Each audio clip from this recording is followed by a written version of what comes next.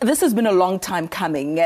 Talk to us a little bit about the before and after, the integrated reporting and how it's a game changer. Integrated reporting, really, one would say it's a new way of corporate reporting.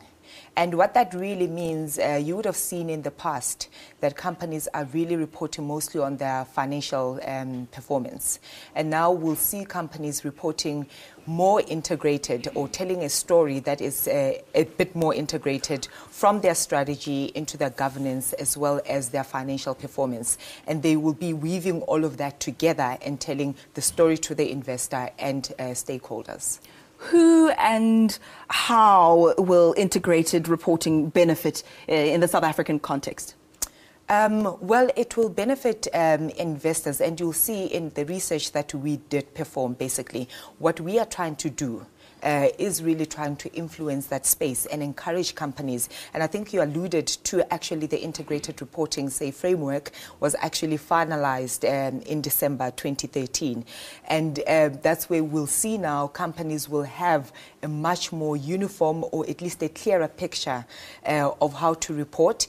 And again, as you've asked, it will influence your general investor in the street and any other stakeholder. Words such as privatization have been thrown around because of the state of our state-owned enterprises. Much debate there have been over the past few years, I would say. So talk to us about the significance of your report in corporate governance when it comes to parastatals. Okay, when it comes to parastatals, I must actually also mention particularly the Schedule 2 companies in terms of PFMA that we looked at. I mean, the asset base there is actually more than 1 trillion with a revenue of more than 260 billion. So one gets to understand the picture of how significant the parastatals are. Particularly as well globally, we understand that they actually contribute about 40% of the GDP globally. So parastatals are really important in that context. So when it comes to integrated reporting, we want to encourage them as well to then disclose appropriately in a manner that any investor and any stakeholder can easily understand what it is the value proposition for a company or how the company basically will be adding value to an investor and a stakeholder. Are you in a position to perhaps give us some information on some of the companies that you reported on and how they fared in the report? Yeah. And I'll comment, I think, overall. When we at Nkonki started with integrated reporting specifically for state-owned companies, we started in 2011 doing the research to see how they are disclosing, basically. And now we started with an average percentage there of overall scoring of 40.6%.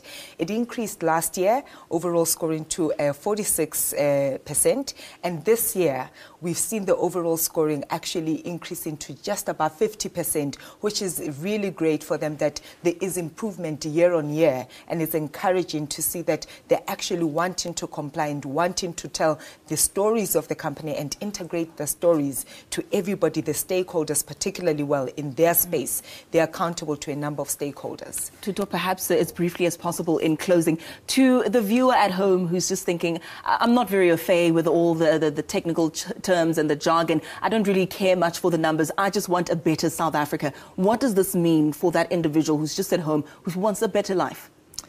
I know really what it means is that you will now get to understand the real story about a company, starting from strategy, the sustainability of a company, the financial performance of a company, and those stories will come through in a form of this integrated reporting and from start to finish, and we can see basically the integration throughout the report. The story will be better understood by the man in the street. We'll have to leave it there. Thank you so much for joining us. I really did enjoy this conversation. We'll have to leave it, as I said, for now. Thuto Masasa is an audit partner at Nkonki Incorporated. She's also a contributor to the report that we were speaking about now. That has been a long time coming. We'll have to leave it as again. This is the third time I'm saying leaving it there. Maybe because deep down inside I want to continue talking about it. But let's take a look at your